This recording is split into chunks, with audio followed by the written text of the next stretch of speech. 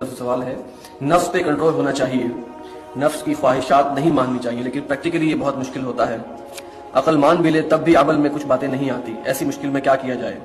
میرا اشارہ کسی خاص واقعے کی طرف نہیں ہے بلکہ روٹین لائف کے بارے میں ہے۔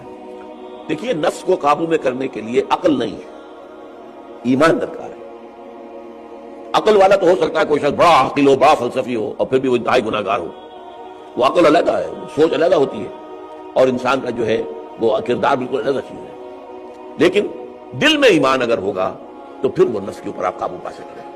قرآن مجید کو اپنے دل میں اتاریے، زیادہ سے زیادہ گہرائی کے اندر لے کر جائیے، اور اس سے جو ہے یقین پیدا ہو، اور یقین کی بھی گہرائی ہو، تو پھر نفس کا جو ہے مقابلہ کیا جا سکتا ہے، نفس کا بھی، شیاطین کا بھی، اس لیے کہ شیطان بھی حملہ آور ہوتا ہے۔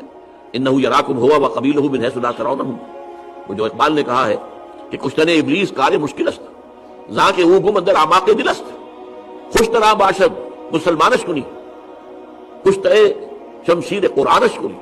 اب یہ دو اشعار کے اندر اصل میں دو حدیثوں کو علامہ اقبال نے سمو دیا ہے، حیران کن بات ہے۔ حضور نے فرمایا ان الشیطان یجری من الانسان مجری الدم، شیطان تو انسان کے وجود میں ایسے سرایت کر جاتا ہے جیسے خون۔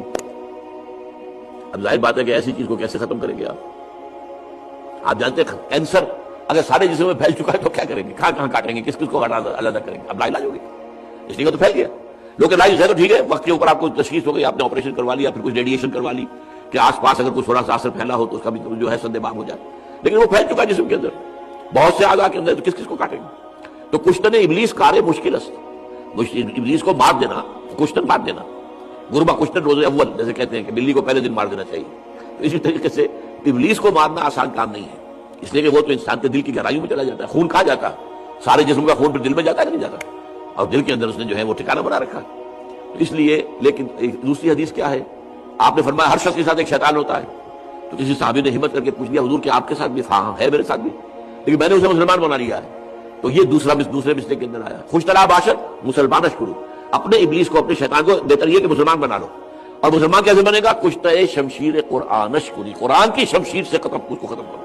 تو یہ ہے اپنے نفس کے خلاف، اور شیطان بھی تو نفس کے ذریعے سے حملہ آور ہوتا ہے، یوسوس فی صدور الناس، وہ وسوسہ اندازی کرتا ہے، پھونکے مارتا ہے۔ حدیث میں آتا ہے کہ وہ اپنی تھوتنی جو ہے انسان کے دل پر رکھ کر پھونکے مارتا ہے تاکہ اس کے اندر سے وہ گناہ کے اثرات پیدا ہوں اور گناہ کے جذبات پیدا ہوں۔ جب انسان لا حول ولا قوت پڑھتا ہے بھاگ جاتا ہے، وہ تو خناس اسی لیے کہا ہے، وہ حملہ آور ہوتا ہے پھر پیچھے بھی ہٹ جاتا ہے۔ تو اس کے لیے یہ ہے کہ قرآن کے ذریعے سے ایمان کو گہرا کیا جائے، ایمان گہرا ہوگا تو آپ شیطان سے بھی لڑ سکیں گی، اور آپ جو ہے وہ اپنے نفس سے بھی لڑ سکیں گی، اور یہی ایک راستہ ہے۔